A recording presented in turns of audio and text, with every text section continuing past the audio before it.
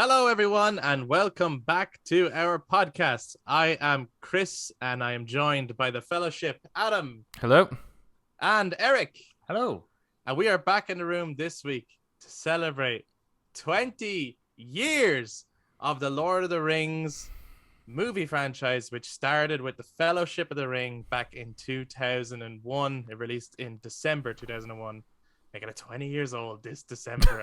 What the fuck is going on? I had a conversation this morning with Fagan, and she was like telling me this story about like this thing that happened. It was quite a horrible thing that happened to someone in the US, right? And I was shit. she was like, it happened like 20 years ago, and I was like, oh right, so like this would have been like the 80s.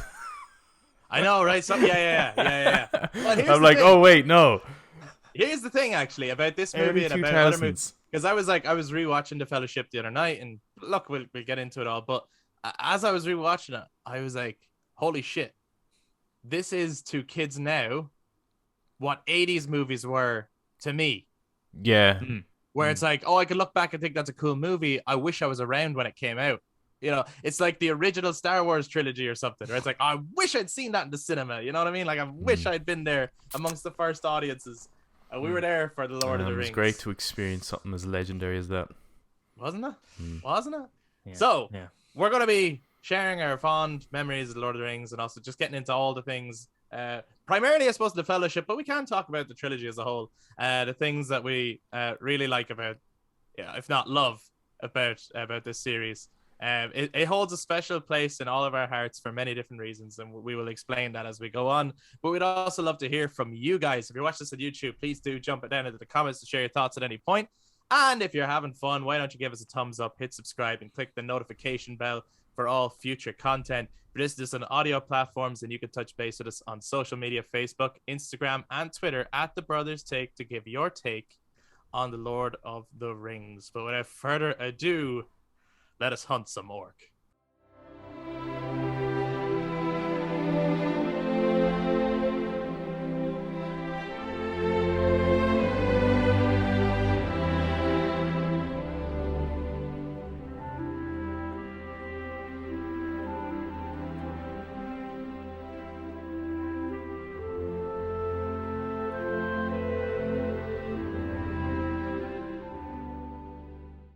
How many quotes has changed? I was just about to say, how many quotes will we work into this? I mean, one does not simply talk about the Lord of the Rings.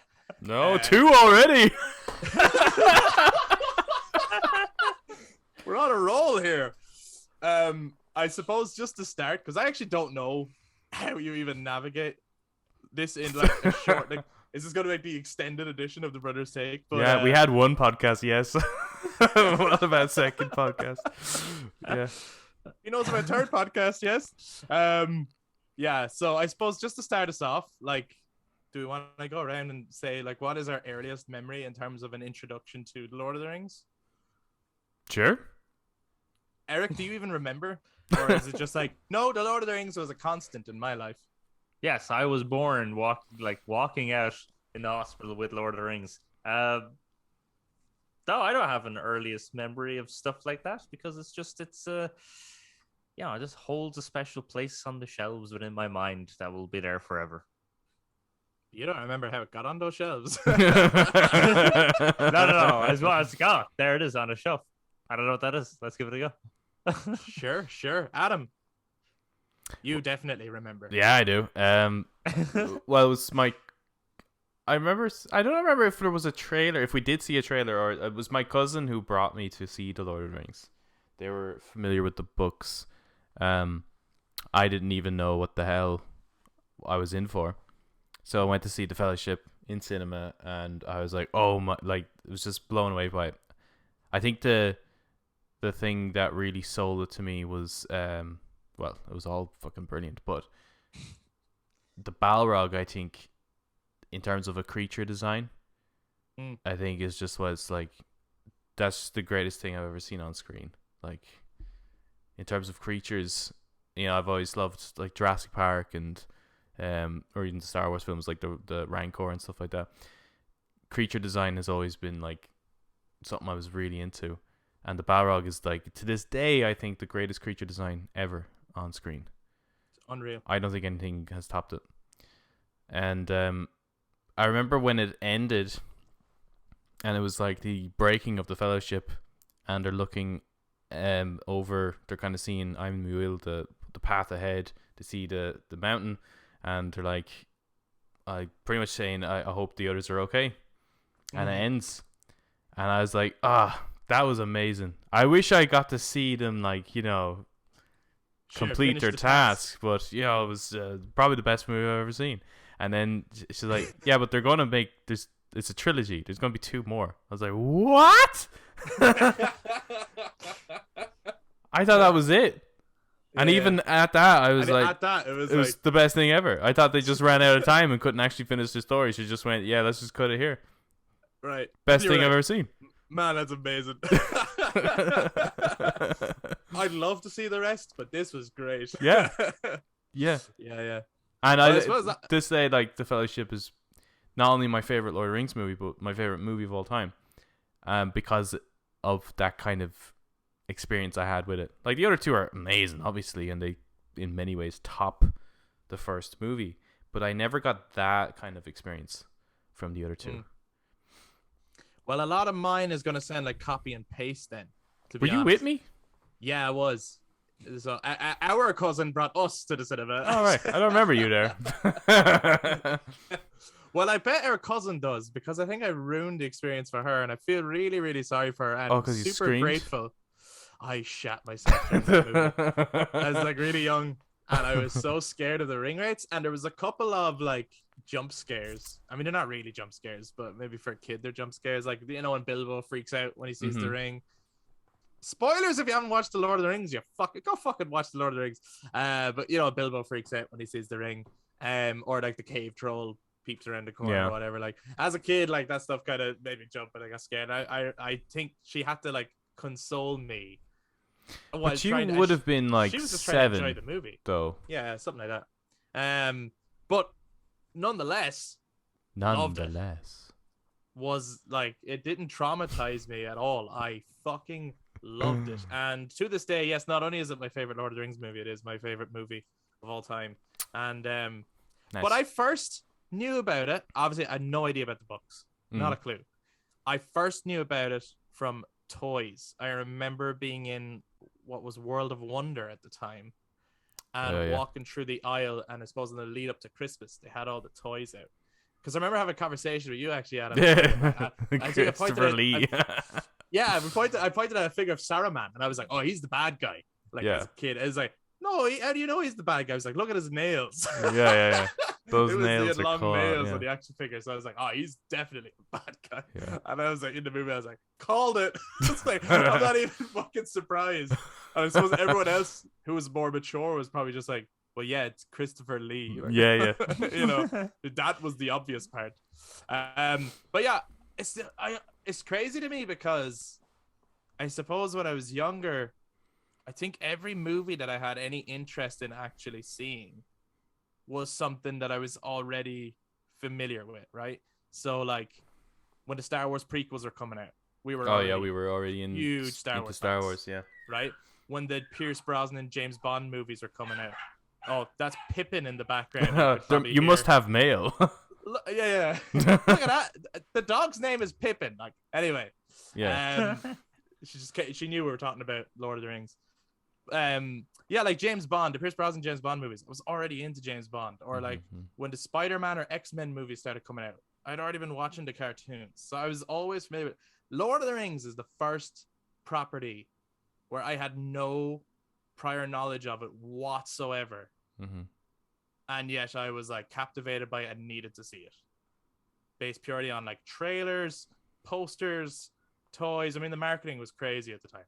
It was everywhere. And it was the best experience ever.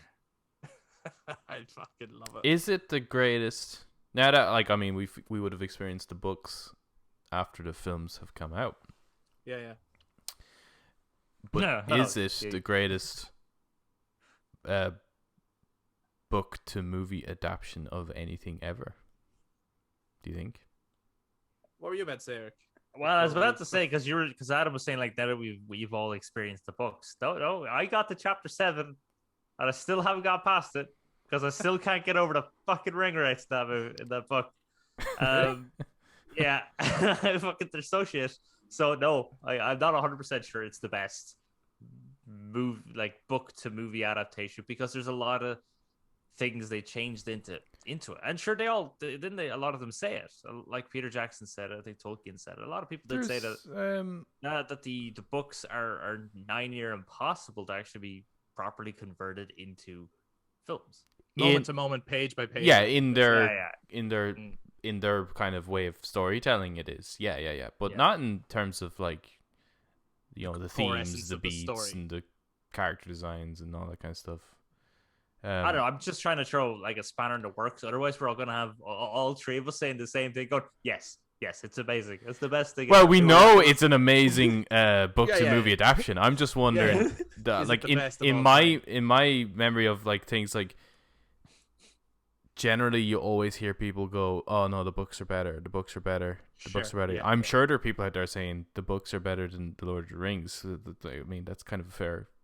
If you.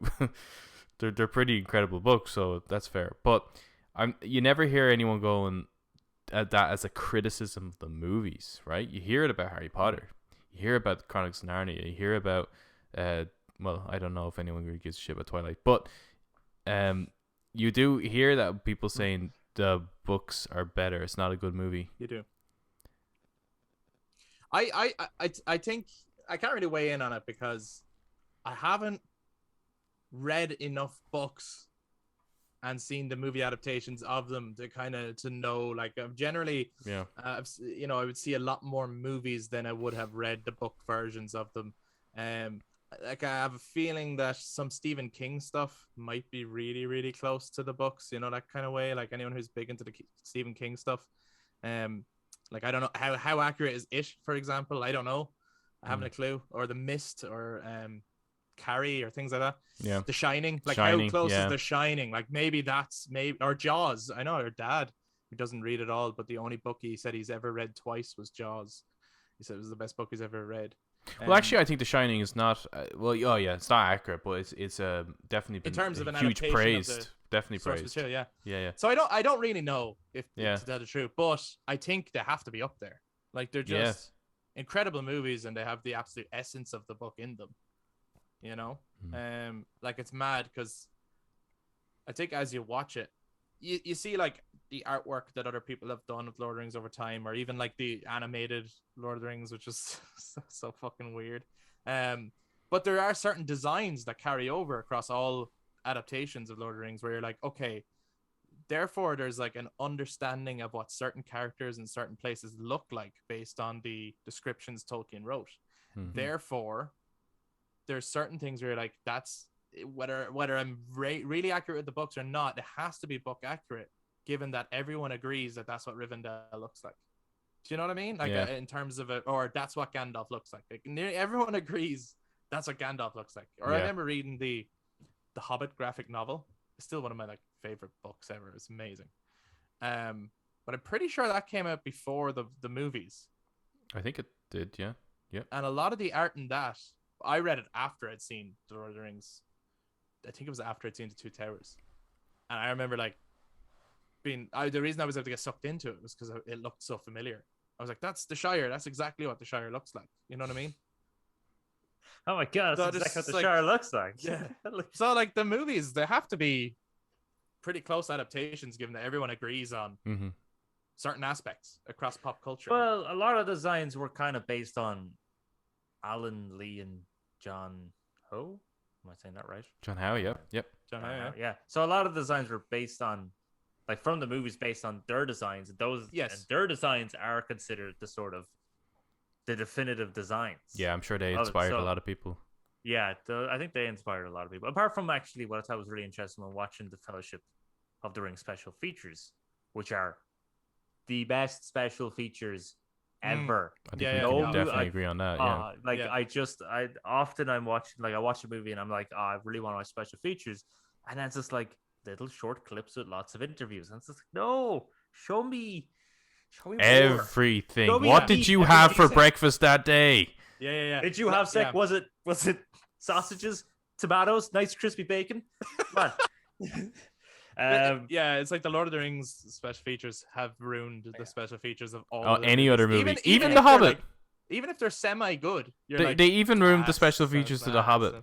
Yeah. Like, you're right. So because one thing I'd love to even watch the special features to Dune, because Dune was such a big spectacle movie. So loads of people put lots of effort in that movie. I swear to God, if it's not like the special features aren't like Lord of the Rings, I'm gonna fucking lose it.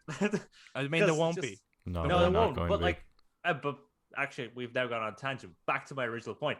Bringing up the special features, but one interesting thing about it was that they changed how the artists viewed Moria. Yeah, because often they drew these like circular, like pillars, designed pillars and stuff like that. It was quite a nice looking place, and then they kind of their mind slightly got changed into these very symmetrical, sort of square and geometrical sort of pillars. It was just really, and all the better, to be honest, because it's such an iconic look that now even if you play something like Dragon Age or anything like that, their dwarves build underground and build these great bridges over chasms and have quite square looks to them and stuff like that. But I think even the dwarven weapons in Elder Scrolls, or especially in Skyrim, take a shot, are quite square and geometrical and everything like that as well. Well, it's very clear that Skyrim was heavily influenced from these films. Like, even just look at the Elvish armor. Honestly, it's actually plagiarism, to be fair. Honestly, my favorite thing about Skyrim is that it's the closest thing to being in the Lord of the Rings. In Lord of the Rings. Yeah. I mean, that's the only. That's probably really why we love it so much, to be fair. Yeah. Whiterun reminds me. It's Rohan. It's Rohan, and it's Metasol at the top of the hill. Like, you know what I mean? And definitely. When you go in there, you'd honestly find more cheer in the graveyard. It's fucking true. I think actually you were bringing up something there, Eric, that's interesting, like about like the influence of like this version of the dwarves, for example, like other people would then have dwarves that dig in underground rather than the kind of Snow White depiction of dwarves. This is one of the things I loved about Fellowship of the Ring and the Lord of the Rings going forward, was that it changed my view on certain things. For example, elves. I mean, typical, like previous to this, as a child, my only understanding of elves was maybe Santa's elves. You know what I mean? And yeah, dwarves, again, it would have been like the Snow White dwarves. So then you see these versions, and suddenly it's like, no, these are now the definitive versions of these for me. Yeah, it's like elves in ancient mythologies were quite small, because elves and dwarves in Nordic mythology were relatively similar. So therefore, they would have all been actually quite small beings. Now, dwarves did work with stone, and they were great crafters of metal and stuff. They did craft like Mjolnir and everything for Thor, and then the elves but they were kind of elves. Like, elves was almost a loose term for lots of different creatures in Nordic mythology. But then you get to Tolkien, and he made them tall and graceful and wise, and they lived forever, and they were like the beings from they're essentially angels from the heavens. Like, yeah, they're just angelic beings. And there's just, now when you look at something like Dungeons and Dragons or Dragon Age or even Elder Scrolls, now it's the tall version. They're all tall now. I didn't quite have that experience. I don't know if I had an idea of what an elf should be going in to see them, but with that opening, which is the greatest opening to any movie ever, which the way they establish, like, you get the elves in that moment, you totally understand them, and I don't know whether it was like it was so believable that in that moment that to me is now an elf, or if I already had an idea of that's what elves were. I don't really know. I never actually. I've always had a problem with the whole Santa Claus elf thing. Right. The Rice Krispies kind of elf.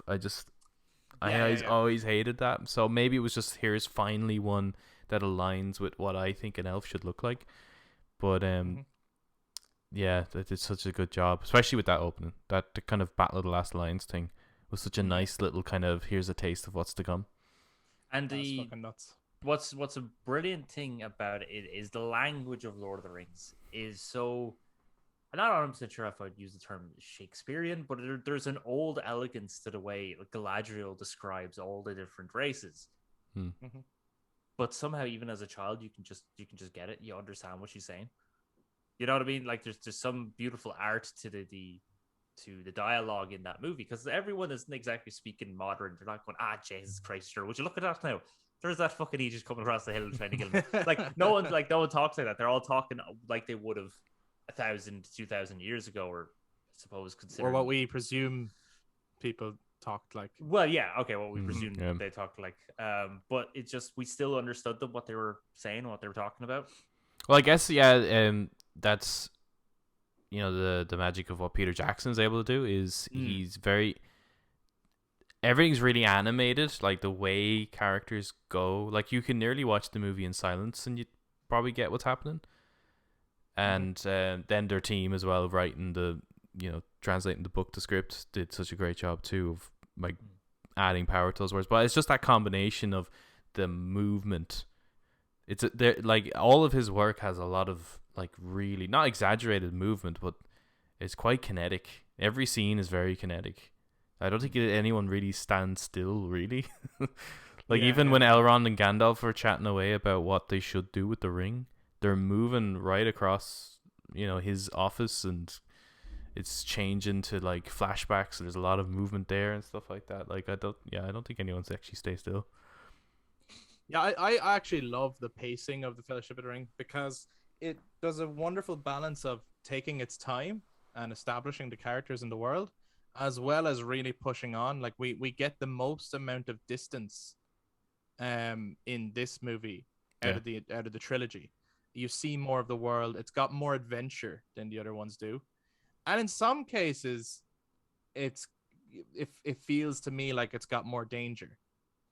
And that's really more so the sort of paranoia of the ring, which goes away a little bit when there's less people around it.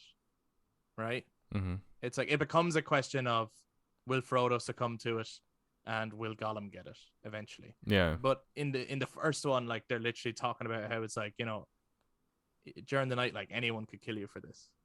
Yeah. The people who are around you are as dangerous as the people who are hunting you. You know what I mean? So it's like there's a real sense of like paranoia and danger in it. But also, I think Mordor is scarier in the first movie than it is in the others, because you get less Cockney English orcs. Well, yes, you do get less of that, and it's this like distant place that you haven't been to yet, and you just get glimpses of fire and glimpses of torture and you're just like, and they keep talking about how every air with every air you breathe is a poisonous fume, and like there's no way you could even enter this place. And not for 10,000 men could you do this. Like it just sounds like hell, absolute hell. And when we get there, it is bad. It's still like The Return of the King is incredibly dark. It's an incredibly dark movie. But there's real horror elements from Peter Jackson's career that he sprinkles into the Fellowship, I think, as well. Oh, absolutely, which is contrasted beautifully by the super calm, super beautiful Shire. Like that, when it makes that transition to like an incredibly dark fantasy, it's like, this is just the fucking most awesome movie ever. Like, yeah. What I really love, amazing. And you only start to like kind of recognize this once you've seen like the third one, or you're very familiar with the third one, is how much of Middle Earth we see. Like minus Rohan, you get to see Minas Tirith. Yeah. You get this glimpse from a distance of Osgiliath. You see minus Morgul, as well as Barad-dûr, and you don't recognize any of them because you can't actually place them. Like when I was younger, I always assumed that Minas Morgul, although it's a different color, was Barad-dûr. I thought those riders were coming from there. And Minas Tirith is shot in such a clever way that you don't really notice it. No, it just seems like a city. And so when you see it, finally, glory in the third one, epic. They're still able to do that amazing sweeping reveal. And even though you have seen it, even though we've seen it, do it again. Play it again, Sam. Impressive. Yeah, it is impressive. I mean, I wonder, does Peter Jackson know? He must know that he's never going to top these movies. No matter what he comes up with next, no matter what he makes. I don't know if it's to do with when you make the project you're most passionate about, the reason you became a director. Yeah, well, I also You know think it what was I mean? the right time as well. Yeah. In terms of the type of technology that's available to them. You know, it's at the not the like now it's very like movies get made very quickly now, and they're very reliant on CGI because of the speed that you're able to make them at. And they were kind of just scratching the surface of what they could how they can really push CGI, but they also had to rely on miniature. They had to rely on location. They had to rely on that kind of stuff as well. So it's like this lovely little transition period between two great art forms in movie making, but not relying purely on one. Because if you look at movies prior to Lord of the Rings, who had to purely rely on miniature, it's very obvious that they're miniatures at times, or that people have been superimposed. Like the Rancor in Return of the Jedi, it's very clear that him and Luke aren't actually in the same location. You know, their color grading is very different, and they're very flat and stuff like that. And when you put people in front of a huge tower, not your best example though, because the Rancor is still fucking awesome. it is awesome, but it just kind of gives you that kind of that what I'm talking about in terms of the flatness that you would get. Yeah. No, like I probably would have used like if we're really going for old, like Jason and the Argonauts. You know that That's movie? too old. Where the Colossus comes down and it's like very clear. That's a little too old. But no, there are films like just within that period where you have like it's like a big building, and you shoot people against a blue screen so you can cut them out to put them into the miniature. It's very obvious that that's what they're doing. And then today you've got like incredible CGI, but because everything is CGI, it's not real. Yeah. It's not quite like. Whereas back then is like this beautiful blend between the two. Like I think there's a bit in Fellowship of the Ring where it's the moment they leave Rivendell and they're building up to the music, even though you've heard that music before, but it just their build up to it just makes it even more epic. And it's the moment Gandalf like puts his hand on the rock. Yeah. And they're all and it's that hill shot. It's that fucking it's the climax shot right there. Yeah. And those runes are superimposed CGI'd in. Yes, they're not there, and I think there was other shit as well. And it's like, I think Adam, you said it now, but you were quoting someone else or paraphrasing someone else, where CGI should really only ever be the spice that you're adding to the shot or the movie, really. And that's kind of Lord of the Rings often does that. Like, you know what I mean? Like if you take, they built a lot of their sets. They built fucking Edoras on this mountain, but they CGI'd a few other things in just to make it look a bit more like what they wanted, just to. Or if you take Mad Max, the whole canyon scene when they're crashing through, the rocks are CGI'd in. You wouldn't even fucking notice. Right? Yeah. It's because you've got that you got that reference. That's what makes it work. Is that if you shoot it on set, you have the natural light and you have the people on location. You get a reference of what way the light is actually hitting them, and when you do that, like you can do amazing shit with CGI. Like there's CGI out there that you wouldn't even think. Like the entire, let's say the second Spider-Man movie. What's that called? The Amazing Spider-Man 2? No, of the Far From Home. Yeah, Far From Home. Yeah, right. the third second Spider-Man movie. Like that entire fight sequence with Mysterio is all CGI. There's nothing real in that. Even Spider-Man himself is CGI. Like that's incredible that they're able to make it look that good. But or like you still know it is though.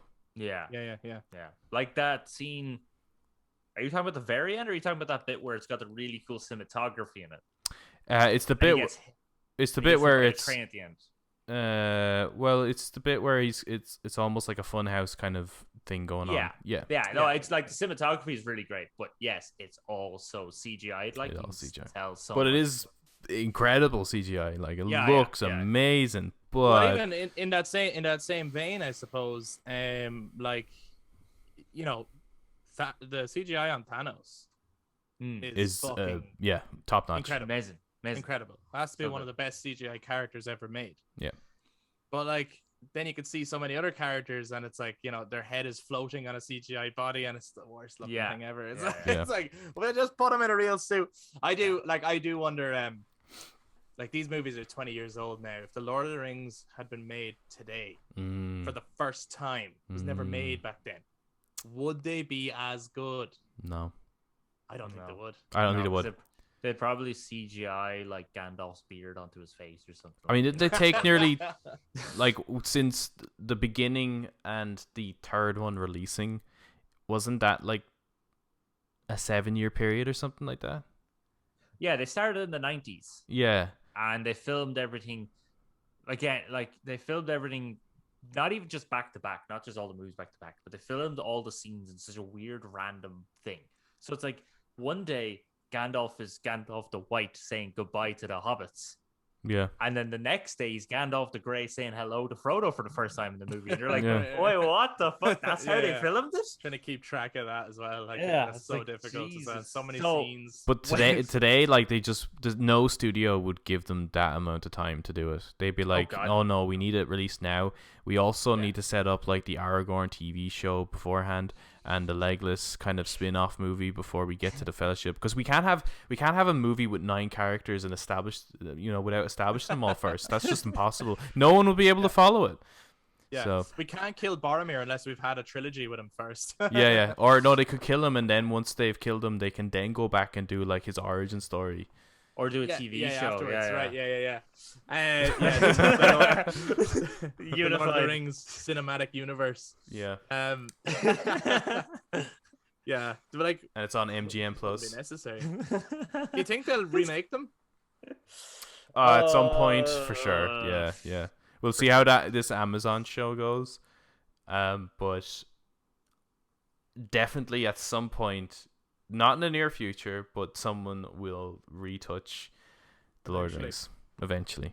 Like eventually, Tom Holland. You know, to some degree, you can kind of say that the Star Wars is kind of being remade. You know, even though they're like sequels, I get what you're saying. But there's so much of it that's unoriginal and relying so much on what's been done that you can kind of class them as remaking, because it's just trying to rebuild that kind of relationship that you had with them.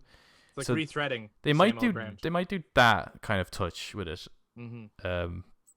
What I'm delighted about, though, in a way, is what they can't do, right? Because I think the Lord of the Rings trilogy is the best movie trilogy of all time, right? Yep. And what they cannot do is do a thing where they're going to make new movies that are a continuation, where they can get back the old cast just for the sake of a cinematic reunion. Yeah. Which in some cases is great. In some cases, that's if it actually works to the story, then it's nice to see characters back reprising roles. But in a case like this, it would be the most shoehorned thing ever. But they literally can't do it anyway. But they tried it with The Hobbit. Yeah, they tried to get some of them in, but they couldn't. You know what I mean? There was no way you could actually get them all back. No. Because it's a prequel. It just wouldn't make sense. Yeah. See them all. They did try to get Viggo. Like, it wouldn't make sense. I know, that's what Viggo said. He's like, thank God. Will you reprise your role of Aragorn? No. Why not? Because he's not in the book. Yeah, he's not in the book. And also, like, it's so many years later that you could clearly tell. You would need a young actor. Yeah.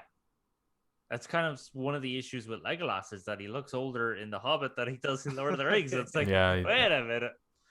What do you guys think of? I suppose the Fellowship of the Ring, not only is a setup for the whole story, but it also is obviously about the Fellowship. It's about these 9 characters who are sort of the. We've mentioned the MCU. They're sort of the Avengers of Middle Earth. They're sort of the Earth's mightiest heroes. They're the Argonauts, if so to speak. You know what I mean? They're like the greatest of the greatest. Well, some of them are, and then there's 4 hobbits. Those hobbits are the true heroes. Those hobbits are great. In fact, we should discuss which one is the true hero of the Lord of the Rings. Go ahead. Yeah, let's do it. Never mind the question I was going to ask. All right, okay, yeah. Who is the true hero of... Oh, do you mean of the Lord of the Rings or the Fellowship, or what do you mean? Yeah, the entire thing. You know, if it wasn't for them, the ring wouldn't have been destroyed. Sam. Pippin. Bill. Build a pony. Build a pony. Mine's no place for a pony, even one's as brave as Bill Eric. Yep. Yeah. He couldn't even go that far. And no, well, Bill was smart enough to go, you know what? I know that Frodo's going to be an arsehole later on, so I'm not fucking sticking around to watch that happen. Yeah, but he asked who is responsible for getting that ring into that volcano. That's not what I said. I said who's responsible for the destruction of the ring, or the being like possible. Go on, Bill. On the bill. On the bill. All right, Adam, what do you think? I said Pippin. You said Pippin. I said Pippin. I mean, if Pippin didn't, such a clever man, right? If he didn't, not only he is a fool of a not only decide to steal on Farmer Maggot's crop, yeah, he wouldn't have bumped into Frodo and Sam. That's true. He therefore wouldn't have been able to knock down that skeleton into the well and get Gandalf those sick XP points to upgrade himself, level up, unlock the white tier. I mean, I'm not sure Gandalf was pretty like happy impressed with that. No, yeah. he seemed kind of pissed. Yeah. And then like grab the eye to be able to go and warn Gondor about Minas Tirith being attacked, right? Which would then allowed for the king to return and create a diversion, which would then remove all orcs from Mordor in order for Sam to carry Frodo to stop the men. Oh, the fucking Pippin, though. How do you know? Well, if we're going off that, then I'm going to go with Mary, because Mary probably brought Pippin to Farmer's Wagon. We should let that whole thing. Hold on. But going off that logic, actually, it's still Sam. Okay. Right? Because Sam loses Frodo on Farmer Maggot's crop, and then runs and catches up with him and has a conversation with him, which stops them from going any further. And it's at that point that Merry and Pippin comes into it, and the rest happens. If Sam hadn't... it's Frodo! If Frodo didn't go missing... Who would have guessed Frodo was the hero of the Lord of the Rings? No, actually.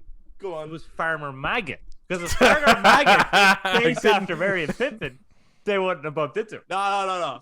You see, it was Bilbo. If mushrooms weren't so tasty... mushrooms. Shortcuts of mushrooms. Are the mushrooms hero. Saved Middle Earth. No, like okay. In honesty, no. It is Sam. Yeah, right? it is Sam's Sam. the It hero is of Sam. the Lord of the Rings. It is Sam. And it's so interesting to me because when I was younger, like I still love Aragorn. Yeah. But when I was younger, like he was my guy. He was my hero. He was he was the guy.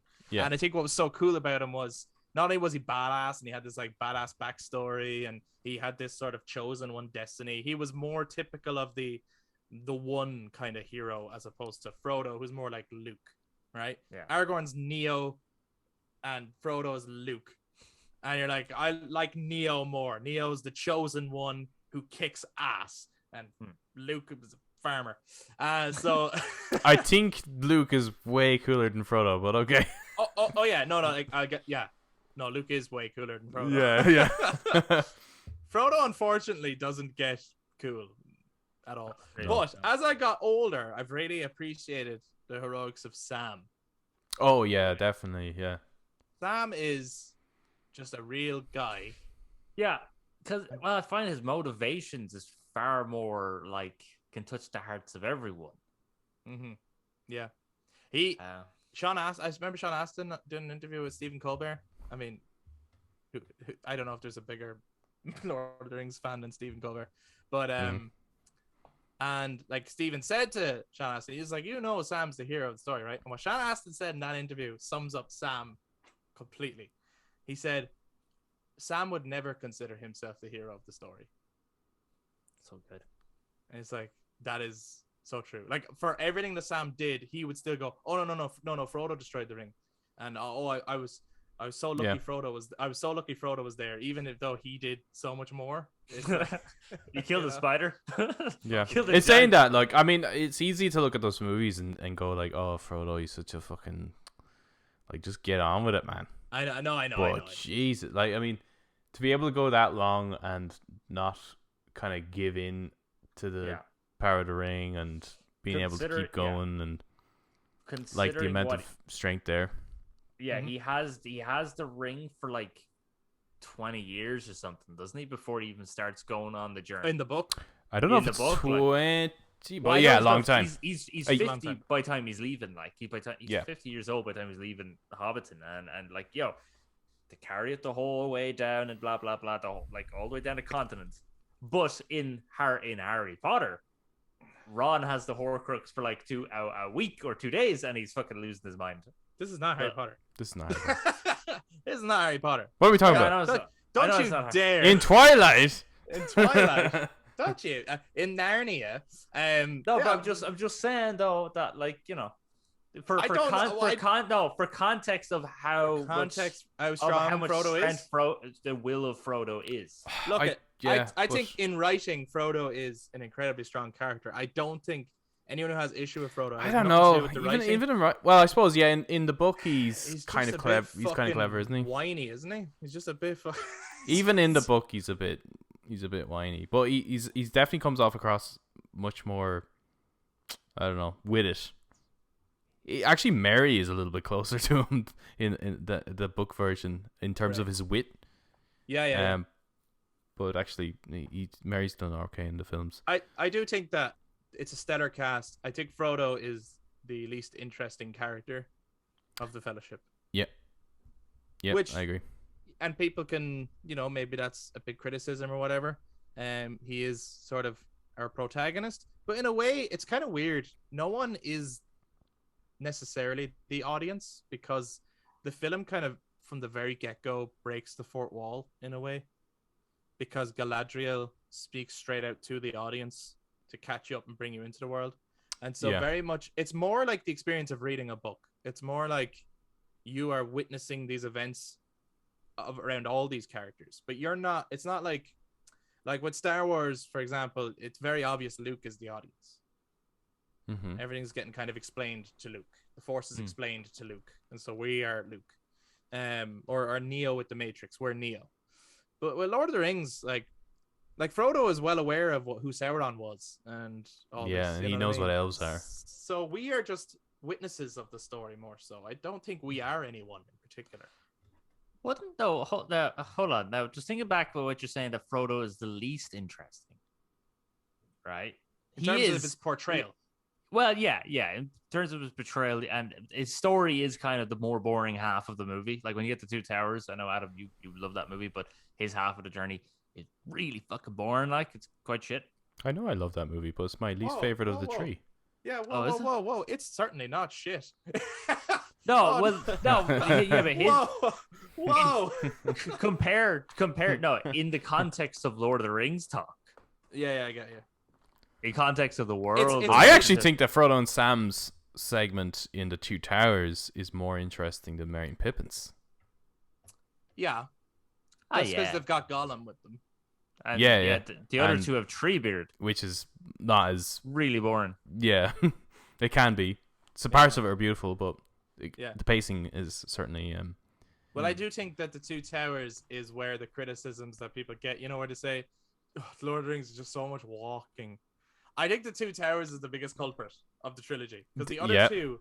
Yeah, that's where it does start. It starts to stay still a little bit there. It loses that kinetic energy. That's because everyone is in Rohan for like all of the movie. Yeah, apart from Frodo and Sam. Yeah, and Gollum. They're the only two that actually managed to. What province are they in when they reach Emyn Are they in? Is that Gondor? Technically, no. That would be that's still. Is it Rune? Rohan, I think. No, Rune is very far away. Yeah, that's past Mordor is Rune. They're still a bit Rohan. I think by time they meet the Mumikals and the Haradrim. Oh, they're in Gondor then. That's when they're in Gondor. That's Ithilien. That's way down. But but sure, the Black Gate is kind of on the boundaries of, well, that's Mordor. So it's once they leave the Black Gate, that's when they're in Mordor or Gondor. Once they leave there. Or is it in? Because they're just below Dol Guldur at that point, so I don't think they're in Rohan. Definitely not in Rohan, because it's way too far over in Rohan. Okay. Then they're in Rovanion. Yes, probably. They'd be in Rovanion if we kind of because they would be. Yeah. Sure. Rohan's quite small. Actually, Frodo probably isn't the least interesting character. I think Legolas is. Probably Legolas, yeah. He's very entertaining, but he's got no character arc and no development, and he does much. He does his purpose, because like Legolas's role, I guess, that's it, just to be the cool archer, to be Hawkeye. Yeah. Hawkeye 1.0. No, hold on. Yeah. No, Hawkeye is Legolas 2.0. Yeah. That's true. No, he wouldn't be 2.0 because 2.0 would be better. He's Legolas. Not necessarily. 0.1. He's Legolas less. He's less Legolas. I don't know. Anyway, yeah, Legolas is the original. What did you think of Boromir when you saw it first? I hated him as a child. Yeah, as a child, I didn't. Yeah, as a child, I didn't like him. Yeah. And the older I've gotten, obviously, in terms of understanding, because I suppose as a child, the way I kind of looked at it was because everyone else was pretty resistant to the ring pretty early on, right? Yeah. So as far as I could tell, it's like, so everyone else is kind of like a hero. Yeah. But Boromir he's kind of especially in the non-extended edition as well. Yeah. He kind of seems like a dick from the get-go. Like he kind of seems like he's just a bit of a dick and he's kind of out for himself. He's very much he came across to me as like the guy in one of those zombie movies who's the guy who gets everyone else killed to save themselves, kind of for the money. Get the money and go. Yeah. Like the jock, you know. But the older I've gotten, and obviously when you have more of the scenes where you see more of Boromir's character and you realize that Boromir was actually a very heroic figure. Yeah. And that really shows in the sequence, I suppose, where he's giving his life to save Merry and Pippin.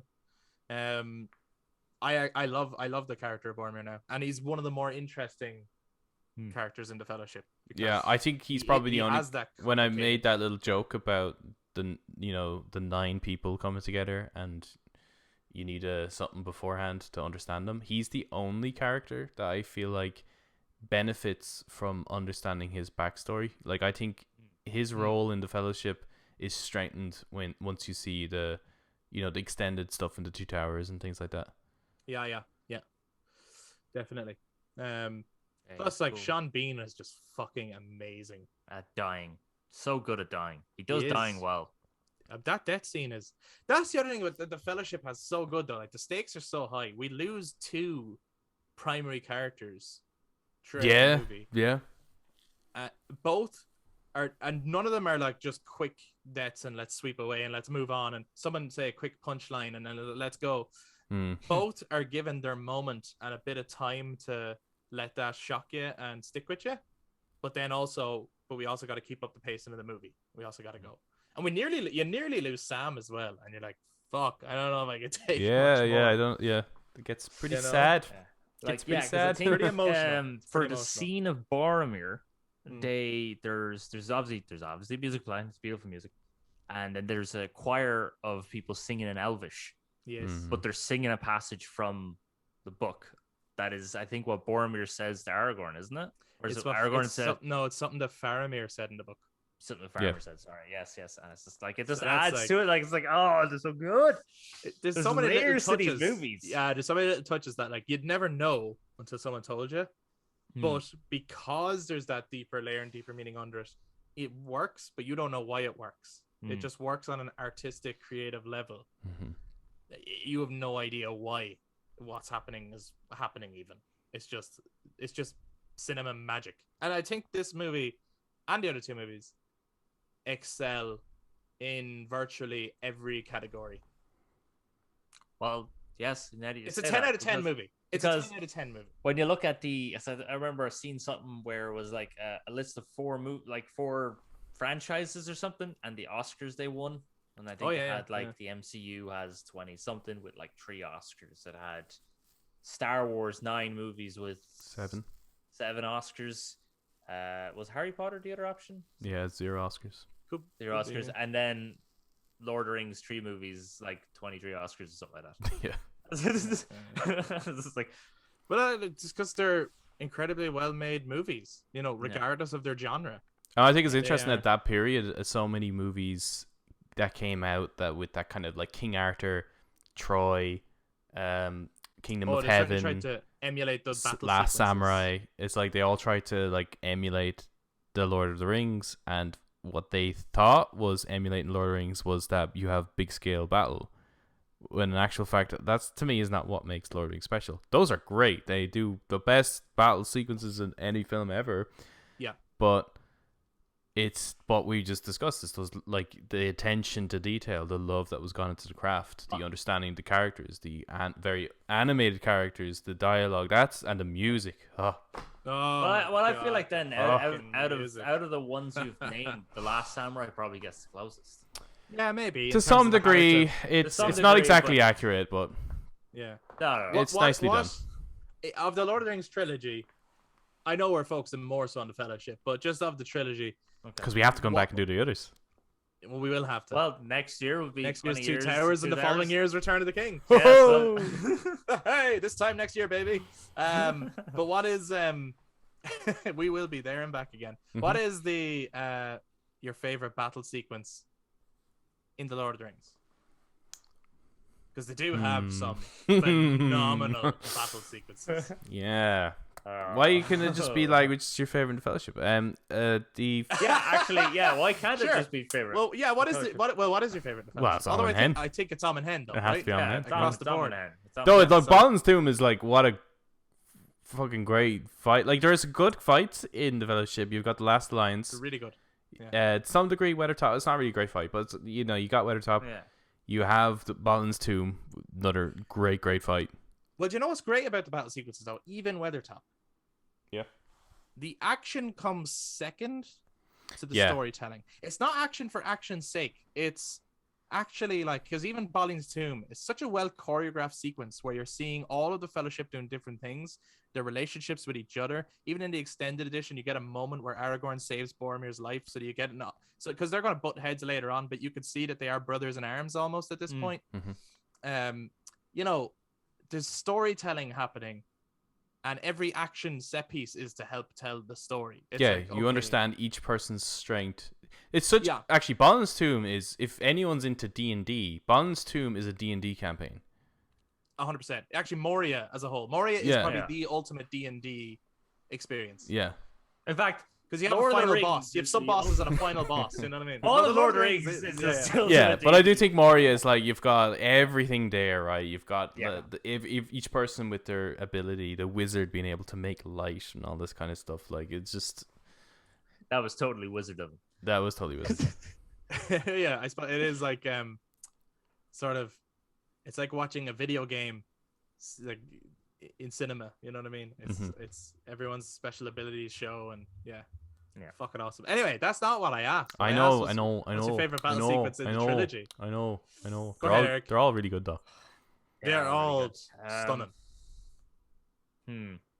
I feel I would probably go for Amon Hen overall.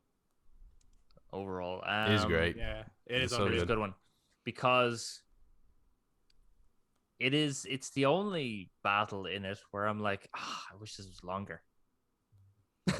You know what I mean? Like, you want to see more. We get enough. Like, The Last Alliance is told for its visual narrative with dialogue narrative, so we get the picture, and we get enough of that we're like, that's grand. Because it's like fucking hundreds of thousands on both sides. If you fucking did the whole battle, that would be the whole trilogy. And then you get to Balin's Tomb, and that's great skirmish. It's very brutal. It's very, they cut out music. They have like no music at first, and it's just an Amon Hen then. But like Helm's Deep, you get the whole battle, so you're fine.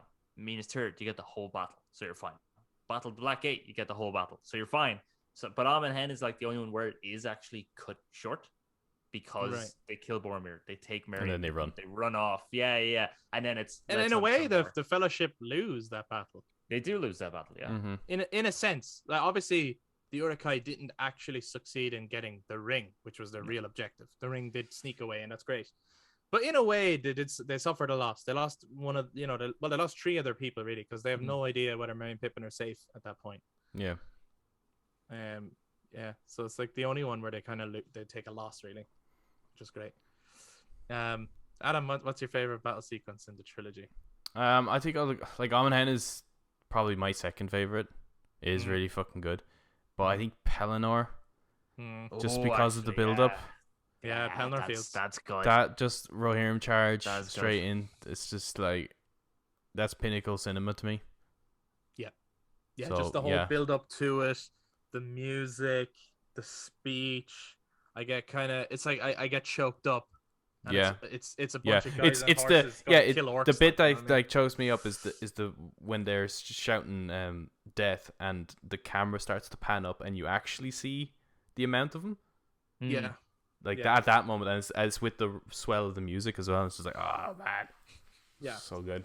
Plus, it's a really great battle. You know, It's a good and battle. it culminates. It's like, Because you also think like, how are they going to take out those Mummicle?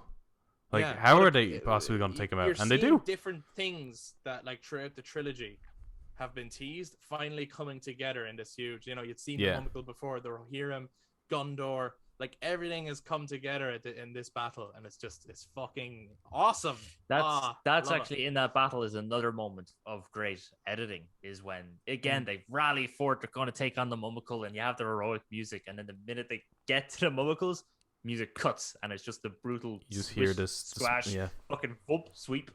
And it's just that's a good one. Good choice. That's a really good battle. Yeah. But the whole that was one of the things I loved about Return of the King as well, was that the whole movie nearly was like big long battle. Like Helm's Deep was amazing, and everyone went crazy for Helm's Deep when that happened, and it was just like, I've never seen anything like this. And then it was nearly like they're going, you thought Helm's Deep was good, wait till you see the next one. It's the whole movie is Helm's Deep. You know, it was really like that, and it's fucking awesome. But yeah, what I suppose, like, what is the best part of the Fellowship of the Ring? What's the best part of the movie, or what is the thing that it does the best? Everything's great. Everything. Something that really stood out to me, I think, when I watched it, because I remember waiting for it to come out on VHS. That's how long ago it was. VHS. Yeah, lads. Let's sink in. We bought it and couldn't wait to get home to watch it. The thing that always was in my mind, couldn't wait to go and see, was the ring rates. And just the way they were portrayed. They were terrifying. They were scary. They were scary. But I was scared of them. Yeah, it's just the way they're done is phenomenal. And I was actually pretty surprised with how long of a like they're actually in the movie for quite a long time, but it feels like you didn't get much of them. Yeah, but they're there for half the movie. I mean, the pacing is just wonderful, isn't it? Like, it's just it's perfectly placed that you get enough time with each character, each place, that by the end of it you have a real sense of like the world, the characters that are in it. Like, there's a lot of stuff to juggle in that movie. There's an awful lot. There's a lot of information. You can definitely you get lost for sure. But they're one of those movies that requires the rewatch, which is the type of movie I love. I love shit that every time I watch it, I discover something new, and it's necessary. You're not going to get these movies on the first go. Well, you'll get it. You'll get the main. You get the mains, the kind of plot, but the individual, like when Boromir is talking about the importance of his father at the Elrond's meeting, right? That council meeting, and the Gondor theme comes in when he's speaking about how Gondor has been pretty much putting their lives on the line protecting all you folk. Like, you don't really get that until you see the third one and then go back and rewatch it. It then hits. Like, so they do require that rewatch to get everything. Do you know what I missed up until about a couple of years ago? Bah. I don't know how I missed it, but in all my years of watching the movie, I totally missed that Aragorn puts on Boromir's greaves, like bracers. Yeah. Greaves, I think, go on the legs. Bracers. Sorry, bracers. To like commemorate the promise that he made to him. Yeah, that he wouldn't. And that he wears Boromir's bracers for the rest of the trilogy. Yeah, it's good. And I don't know how I missed it. But I always just... That must have been a nightmare for continuity. Battle, I know, yeah. And after that battle, I just thought he was just, like, tightening his own. But then one day I realized, like, no, he didn't have them on before. Oh, my God, they're Boromir's! Yeah, any other movie would have... Amazing. Would have, like... Made a big deal out of it. Like, actually focused on that and went, like, him actually explaining why he's putting it on. No, like... These represent a promise I made, you know? No, it's just do it. Yeah. Just do it. I think they were very clever in this movie as well. I suppose, look, it was written at a time, and Tolkien was someone who fought in World War I. and was aware of the horrors of World War II. And he was inspired by very old kind of hero stories. And so, in a way, when you're making a modern movie, the cast is very male lenient, right? It's very, very heavily male. But I think they did a really good job in terms of sprinkling in feminine qualities and giving Arwen, the character of Arwen, a larger role than she had in the book. Yeah. Knowing that it's like, well, not only does she have a great connection with Aragorn and with Elrond, who play key roles in the movie, but she can fit into the story without it just feeling shoehorned or affecting the story in any way. Yeah, like as you know, as I've become such a bigger fan of the whole thing since those films, it would have been really nice to have seen Glorfindel appear. Yeah, of course, yeah. But it's understanding, like you would have like literally no Arwen in any of it if that was the case. Yeah. I appreciate those, like when you watch the special features and you hear about the changes they made and why they made them, but also like they're like the biggest fans of the books ever, so it's not like they're in any way trying to disrespect. They're literally just trying to make us like, yeah, but as a movie, what's the best choice going forward as a movie? Yeah. You know, I think there's going back to that he, you know, a person who fought in the war and, you know, grew up in that time era where women would have been that prevalent as strong characters. The fact that he did write though into it, yes, no, a woman is going to kill one of the one of the most powerful people in Middle Earth. Now, no man can do it. Only a woman could do this. Now, I know obviously in the book he has multiple reasons as to why she actually does get to do it. But they don't ever explain that in the movie. No. So as far as you're concerned, watching it, it is a woman is the one to defeat the Witch King. I love Eowyn. So she's a really great character. God tier person. Right, yeah, she is right up there. She's actually listed for Comic-Con, Wales Comic-Con next year. Oh! As a guest. Yeah, because I was just thinking to myself, I miss getting the autographs on my map because I have John Rhys Davies one. I miss getting Sean Astin, Billy Sean and Billy. Oh yeah, hold on. Yeah, I have. You have some stories to tell about meeting. Anyone who missed that last week, we had an episode, and Adam was catching us up. He had been to Comic-Con, and he had met Sean Astin and Billy Boyd, who of course plays Samwise Gamgee and Peregrine Took from the Fellowship. So. Yeah, they were on. There was a panel. There was the three of them. So John Rhys Davies was there with them. So the three of them were just chatting away with the story. But they ended up talking about like injuries that they experienced during the makings of the film, and a lot of them you have heard before. Like we've heard from the special features, but one of them I never heard before, and that was with Billy Boyd. Experienced. They were asked, like, they went through, like, what were your injuries and what was the worst experiences you had with injuries, and John spoke and Sean spoke, and then they got to Billy, and he's like, yeah, no, I didn't really, I think it was fine. And then Sean reminded him that he actually broke his pinky. I can't remember exactly how he broke it now, but during the making of it, or during the film, but they ended up having to make a splint for his finger, and Weta made a kind of a fake finger for him to wear over it. And Jesus. He said that if you look carefully in Balin's tomb, when he is taking out his sword, his finger is like straight out. His pinky is straight out as he's taking the sword out because he can't bend his finger. Wow. Oh my God. Yeah, it was cool to hear something that I've never heard before. Hold on. Yeah. I rewatched it last night. Now I need to rewatch it again tonight to see. I could just skip to that scene. No, you can't do it. Obviously, you can't do that. You won't understand the context of that scene if you just skip to that scene. Yeah. You have to watch the whole thing. You'd be like, what's going on? I don't know what's going on. What the fuck? But yeah, speaking of like new things, like again, as you delve into the mythology and lore of Middle Earth more and more and more, like every time I watch mainly the Fellowship the Ring, to be honest, the more shit you learn. Like the bit when they're at the campfire. It's when they've gone into the wild, and Aragorn comes back with his deer, with his stag or something. He drops it down and they're eating it, and then they're all asleep, and Aragorn's singing a song, and then Frodo wakes up and he's like, who are you singing about?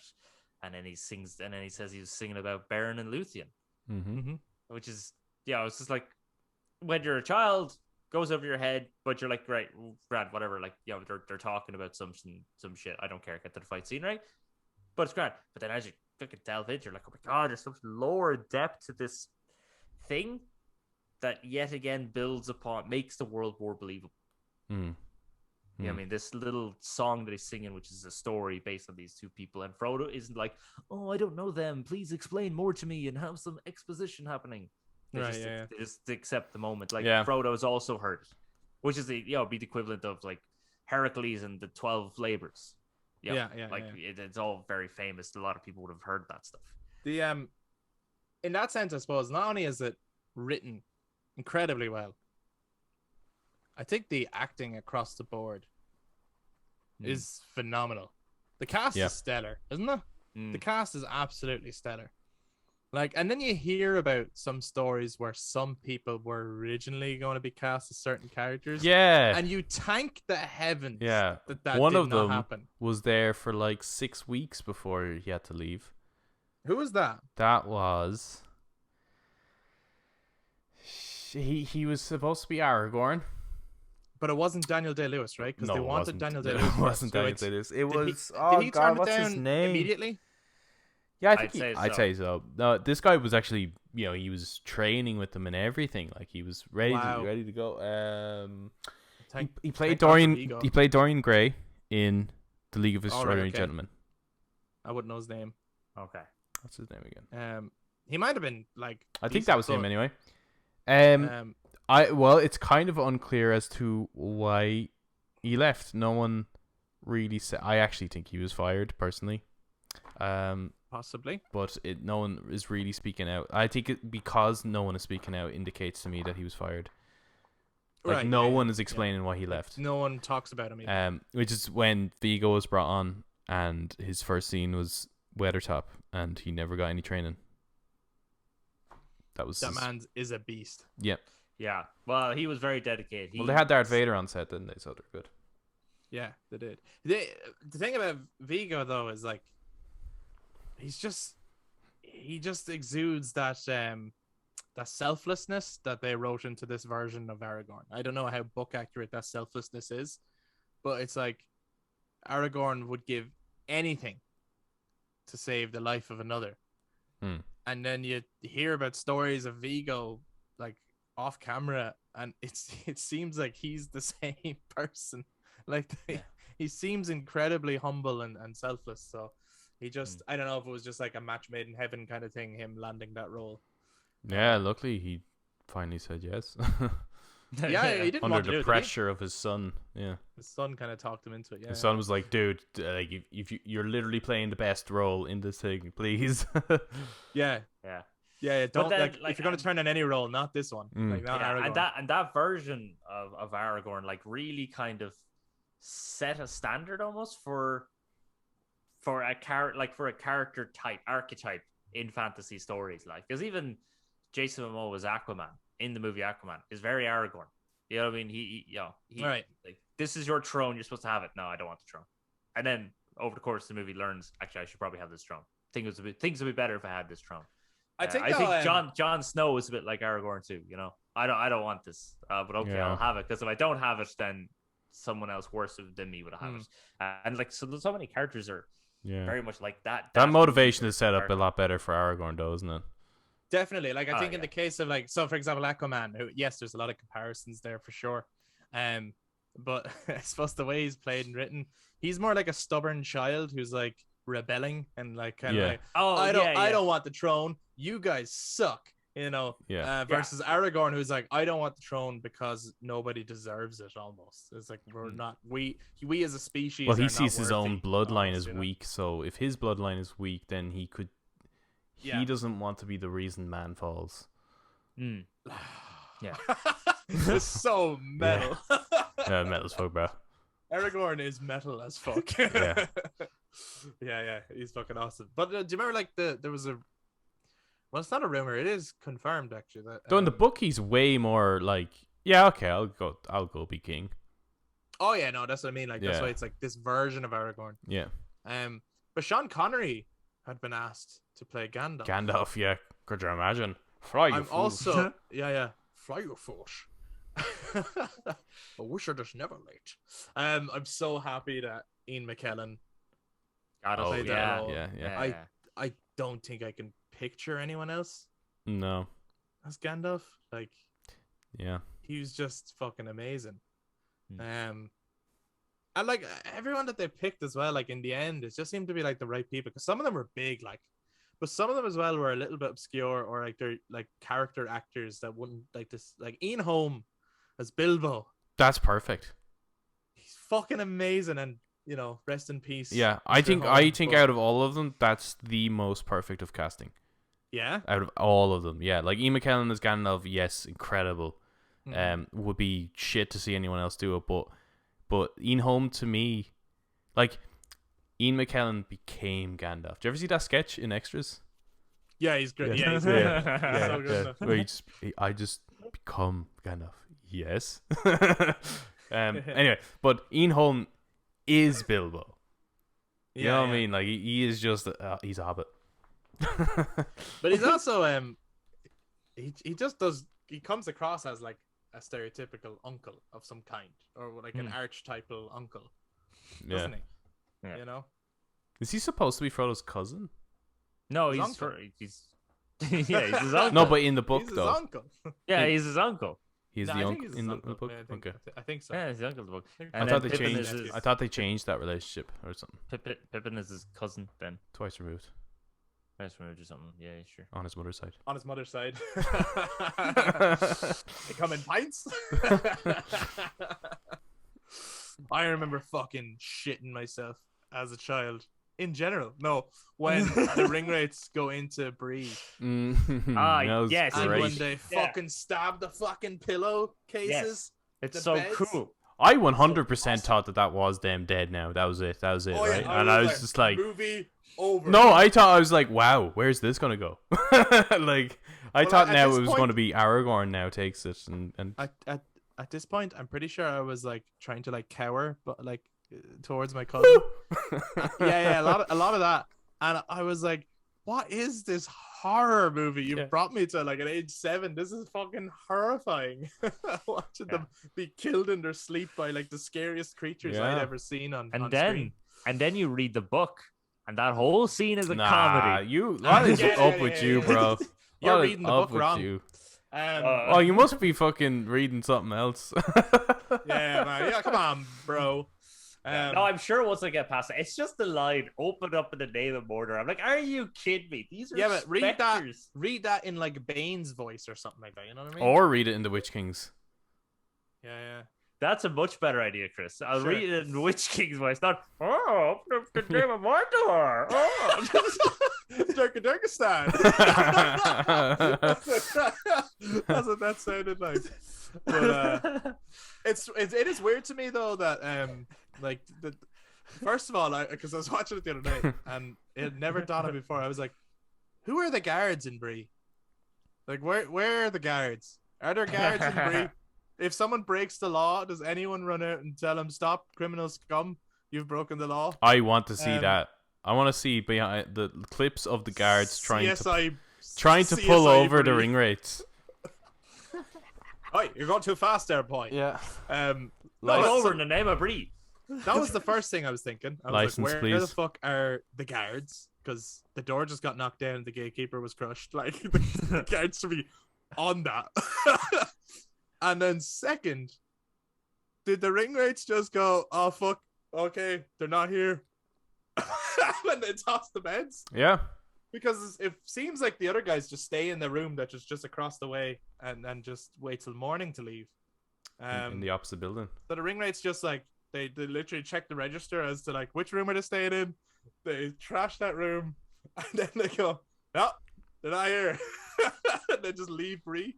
Yeah. I wonder which one of the ring rates gave them the tip that they were going to be there, and they start flipping it down going, "Fucking Jimmy cunt by he just This is twice now he fucking let me up." And I bet you he's gone to the actual location that he's going to get that raise. And I'm going to be stuck in Fucking Dol Guldur This again. is fucking typical of one of them Far Harrod lads. You know what I mean? Like, Yeah. It's always them. Is it ever explicitly said there are 9 kings? Is it ever explicitly said where there were kings of? No, it's not nine. Angmar and Easterling. It's not That's 9. about it. It's not. It's 9 kings in the films, but it's not 9 kings in the books. It's actually just powerful men.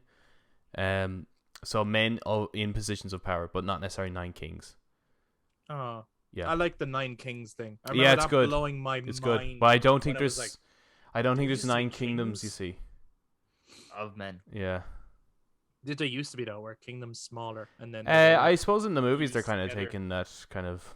But Gondor owned, the south and the north, so they would be just have one king for both of those. Gondor on everything, man. Yeah, Yeah. but Angmar was its own separate kingdom, wasn't it? No. Well, you see, the Witch King of Angmar, you see, he wasn't actually a king. You see, What? As far as I know, he's just a sorcerer. Or a witch. He just became. Well, I think he could have been a witch, all right, but he became known as the Witch King. Like as in What a cool he name. became the king of Angmar, if you get me. Like he Yeah. took, Right. but I don't think he was a king. Okay. And in fact, I think only Camul could have been. I'm not sure about the others. Well, the others are never named in the books. It's only No. Camul and the Witch King. And with Camul is the only one named. Even the Witch King is only a title. Yeah. Yeah, this is true. This is true. What a cool fucking Oh, sure. title Wait, as well, though. isn't Angmar only a city within Arnor? No, Or like a region or province or something? It's above Arnor, I think. Oh, okay. Yeah. Because I think Gundabad is there, like way north. I'm not 100% sure. The map gets a bit hazy up that direction. Yeah. And most that maps direction you and buy that direction just and sort that of fizzle out when you get up there. Yeah, and any maps with Um, details are just made up. Yeah, a lot of them are. I always wondered this, right? Did it ever affect you as growing up watching the Fellowship of the Ring, and there kind of not being a like the villain, the main villain, is sort of faceless. Nah, Which I know even like Peter Jackson and the writers said that was one of their concerns making the movies, was that the villain is off screen for the entire trilogy. There is no there is a villain and they're very present, but they're also absolutely not there. You know? No, not really, Everybody? because he's at the start of the movie, and you're Yeah. like, shit, this guy's powerful. Like, he just swings one mace and 10 people go flying. That's Yeah. badass, awesome. He's like Darth Vader, but in like fantasy time. That's so cool. And he's got this really cool fucking spiky helmet. Like, it's awesome. And then you see the burning eye every time Frodo puts on the ring. The fucking burning eye coming towards him, no matter where he is, which is quite terrifying. And they do often sometimes flash towards him. But in my head as a child, I was like, oh boy, I can't wait for him to come back in the last movie. So it was only by the last movie was I a little bit disappointed, because I was like, why did they bring him back? That would have been awesome. But now that I'm older, I understand why they didn't. Yeah. But as a child, obviously, that would have been so cool. Sauron joins the battle, and Aragorn has to fight him, and he then does what Isildur was never able to do, and stuff like that. Actually be able to take him on. But no, and in the first one, no, not so much, because Saruman was sort of the villain of the first one, and you find it out quite relatively early on, and he stays as the villain throughout the whole first film. Do you think Saruman sees himself as evil? Like, is he like, yeah, no, this is evil, and He it's definitely fine. comes across. I'm fine with it. He comes across way more evil in the films than he does in the books, but no. No, I'm pretty sure Sauron doesn't even see himself as being evil. I think Melkor is the only one that actually. Well, knew none what of he was them doing. see themselves as evil, I guess, but they I certainly. thought maybe I'm wrong. I thought Melkor did. I thought Melkor went, I know what I'm supposed to be, and I'm viewed as evil, so I'm just gonna do evil shit because that's how everyone views me. So he was well aware that it was evil. I mean, Sauron can't be under any fucking illusions, can he? Well, see, I thought Even his taste in decor is like, yeah, 100% evil. Yeah, but I think maybe I'm wrong. Yeah. There's been definitely a good few times at the podcast where I've been wrong. But I thought that I read somewhere that Sauron was kind of wanting to establish order in Middle-earth, and saw this as the best outcome to do that, was to enslave everyone and take away everyone's freedom. And that that would create order. Yeah, evil. But he's not seeing it as evil. He's seeing it as a means to an end. A means to an end. That would create peace because now there's order. Yeah. Yeah, like he's not for diversity as such. He's not into different ideas and different traditions and different music and different food. He's into a single vision. Yeah. Yeah. He's got that vision so fucking tight that he just turned into a big eye. Yeah, that it can pierce stone, metal, and flesh. Space and time. I was trying to quote Saruman. I never had a problem with. I think it's scarier actually because when I was younger, like it's Satan basically, right? And Satan is an invisible enemy that people fear, and it's almost scarier than if you see like a kind of a like the version. If you look at films where like Satan is the villain. The ones that are the scariest are actually him influencing people rather than him appearing as a demon. Like that's now not scary anymore. It's when you can't see it. It's The Exorcist is actually scary because it's like not the girl is scary, but rather what's happening to her is scary, and that could happen to me. And that's kind of what happens with The Ring a bit. Like Sauron's influence through that. Yeah. Viggo Mortensen actually played Satan in a film. Yeah. The Prophecy. I think that's Prophecy, yeah. Which Christopher Walken in it. Yeah, he plays the devil in it. I didn't know that. I think as well, Eric, you raised a good point, which is by having Sauron in the beginning of the movie and being so powerful and such a scary threat, they have from the get-go, not only they're filling in history, but they've actually set the stakes for this is why it's such a bad thing that if he comes back, like he's actually kind of a big deal. He's kind of a big deal, you know. He fuck you up big time, you know. So I think from that you're already scared of Sauron enough to be like, I am invested in what happens with the ring. I understand why the bad guys want it, and I understand why the heroes want to destroy it, because I've seen what it leads to almost. So it's just very cleverly done, and I think as you get older, you understand that the villain is ever present throughout the trilogy in the form of the ring. Which I mean, star of the show, lads. The Ring. The Ring is, I mean, what an incredible character. And I'm not even trying to be funny. Like the turning the object of the ring into a very present character. Whether it's which shots focusing in on it, the way it affects people around it, the music around it, the voice, whispering, the voice. Oh man, like the ring itself is the villain, I suppose, of the trilogy, and it has a presence, and I think it's just done incredibly well. I've yet to see another movie turn an object into a character as well as that does. Yeah.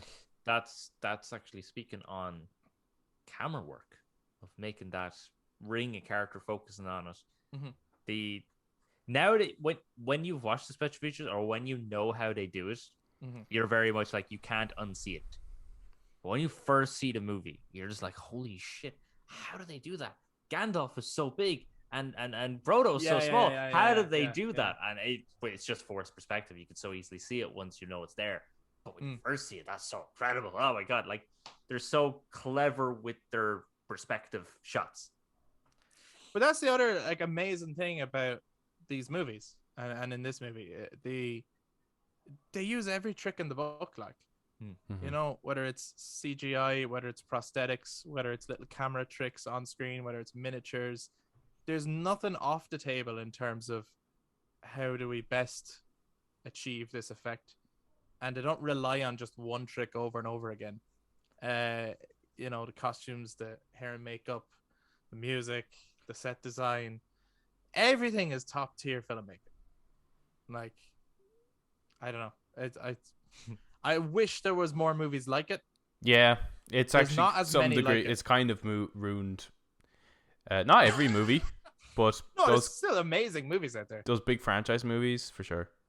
In terms of its the kind of quality, because when you think about it, like it's kind of closer to like the superhero genre than it would be to, let's say, I don't know, like Inception or something like that, right? They're like different definitely different audiences, different demographics. For but sure.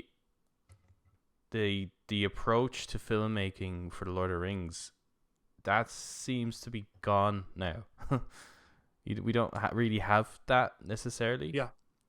Nolan does it, but it's Yeah. a different it's a different, different movie when Nolan is doing it.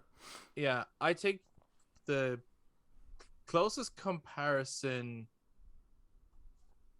after the Lord of the Rings, so before the Lord of the Rings, I would say the closest thing that maybe the Lord of the Rings emulates is the Star Wars original trilogy. Yeah. In terms of world building. Yeah, but like almost making a huge blockbuster with an indie mindset. Yeah. In a way. Yeah. And excelling at fucking every category. You know, you watch the original Star Wars trilogy, it's just fucking exceptional filmmaking. Same with the 3 Lord of the Rings movies. And when you're watching it, you know it's like cinema history. I think the only other trilogies that come close to that kind of thing, where they're using every trick in the book, they're actually changing the game a little bit, would be maybe like the Matrix trilogy, more so in particular the Matrix 1, where it's like, this is like a game changer. It's instantly iconic. The cast is exceptional. Yeah, like, it's a similar everything. period though, isn't it? And then after that, maybe the Planet of the Apes movies. Yeah. In terms of less the first one, I think the second two. The second two, they Dawn definitely use a lot more tricks. Just exceptionally made movies. Yeah. The CGI for those movies is the best CGI I've ever seen, because I'm still to this day going, that's a real ape. That must be a real ape. they taught an ape how to act and speak. That is easier than making a CGI ape. They have Andy Serkis there to promote the movie, is just because no one's actually going to believe that they got an ape to talk.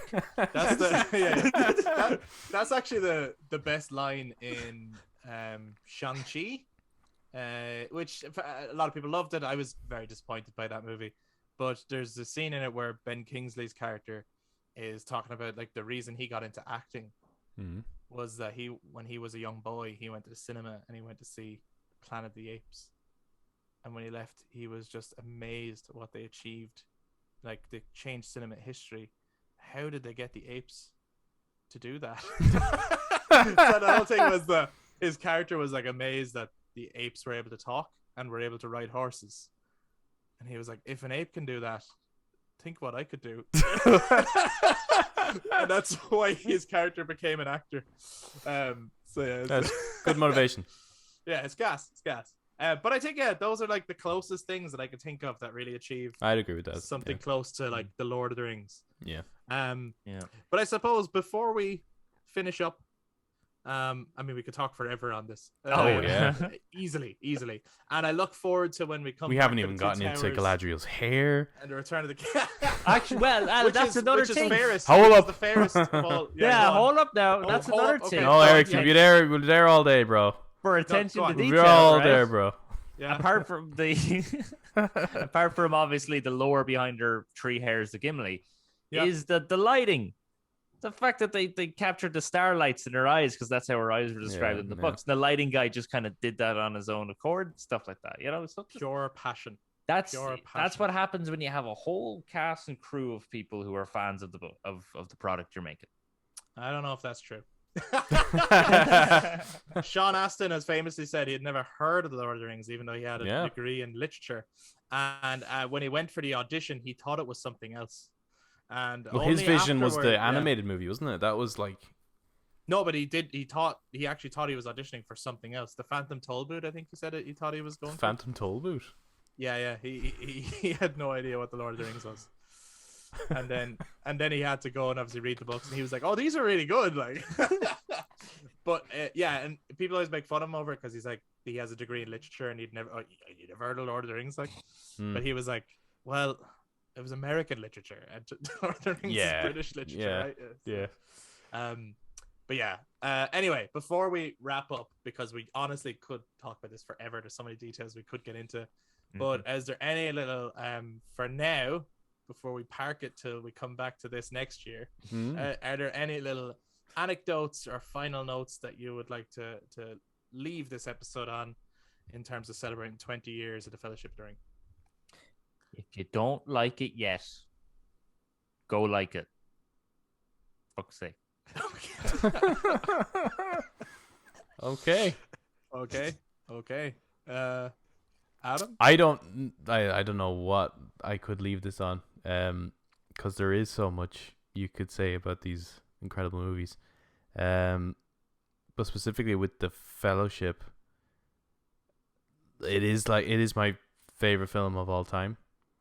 And I hope that someday, I don't think any movie's going to top it, but I just do hope someday. I hope the TV show from Amazon can maybe live up to it a little bit in terms of standard. I'm cautiously looking forward to that. Like, I'm looking forward to see what they do, but I don't think it's going to be great. Maybe I'm just my hopes for it are quite low. But that's the Fellowship has become a standard, like a point for me. Like that's what you have to try and meet. Basically, is that. Yeah, what can you say? It's the greatest movie ever made. It's weird to be this 20 years old. It holds up to this day, absolutely. Yeah. And there's lots of great messages and metaphors in the Lord of the Rings, and in the Fellowship, I suppose the strongest one comes from Gandalf's character, which really pushes Frodo on when he's talking about, how he wishes that none of this had ever happened to him. But that is not for him to decide. All you have to decide is what to do with the time that is given to you. You're just wanting me to cry again, aren't you? A message that you gotta hold on to as you think of Howard Shore's music playing in your mind. And I'm trying to make her cry. But guys, we would not working. I'm not crying, you're crying. Anyway, so why is your screen blurry?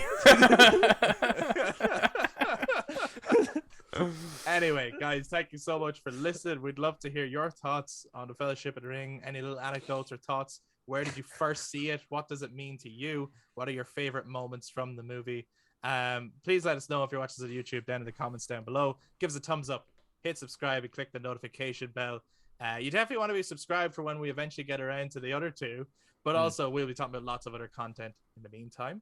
And next week's episode is actually going to be our final official episode for 2021 before we take our Christmas break. So we'll obviously be back in the new year after that again, but do make sure to pop on over for the final episode, and we'll probably like little things put out. I have a few things in mind to go out in the meantime after that. But in terms of official proper podcast episodes, next week will be our last one, and we're going to wrap up 2021. It's going to be awesome. So please make sure you check in on that. If you're listening to us on audio platforms, you can touch base on social media, Facebook, Instagram, and Twitter at The Brothers Take. Make sure you're following us, and we will be back to talk to you guys next time. Bye-bye. Bye.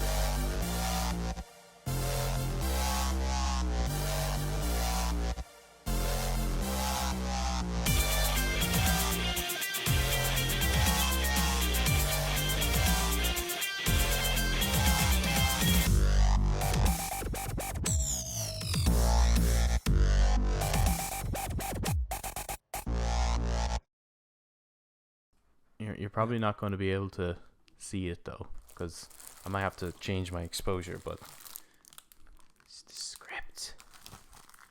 Yeah, you can't see that shit. Let me change that. Can you see it on your OBS? Eh? Holy shit. Look at that, Eric Bana. Is that Kate Blanchett there as well? Yeah, it looks like it. Blanchett, yeah, that one. That's fucking amazing. The I think E that or is. C one, at the very top. Yeah, it's pretty thick, man.